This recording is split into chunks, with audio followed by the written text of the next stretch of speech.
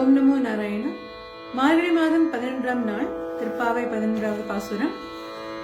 கற்ற கரவை கடங்கள் பல கரந்து, கற்ற கரவை கடங்கள் பல கரந்து, செற்றார் திரளழிய சென்று செருச் செய்யும் குற்றம் ஒன்றிலாத கோலவத்தம் பொற்கொடியே.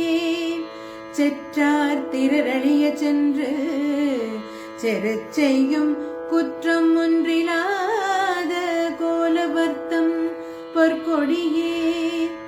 புற்றுகரவுகள் குல் பூமையிலே போதராய், புற்றுகரவுகள் குல் பூமையிலே போதராய், சுற்றத்து தோழிமார் எல்லோரும் அந்த நின் முற்றம் புகுந்து முகில் வண்ணன் பேர் பாட.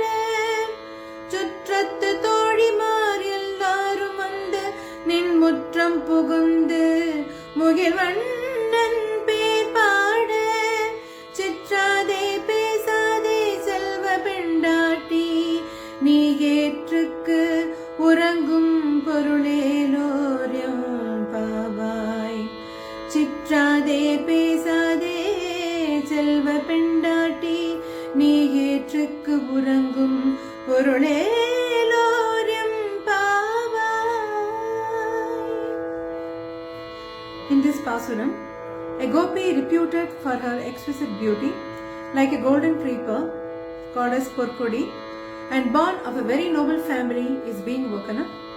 Her father and kinsmen are known for discharging the duties pertaining to their cohort caste, which entails milking an endless number of cows.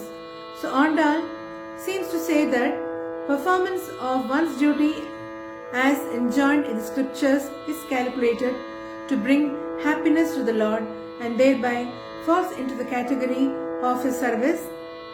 One should never discard one's duty, is what is told in this verse. மார்கழி மாதம் 11ஆம் நாள் திருப்பாவை 11வது பாசுரம்.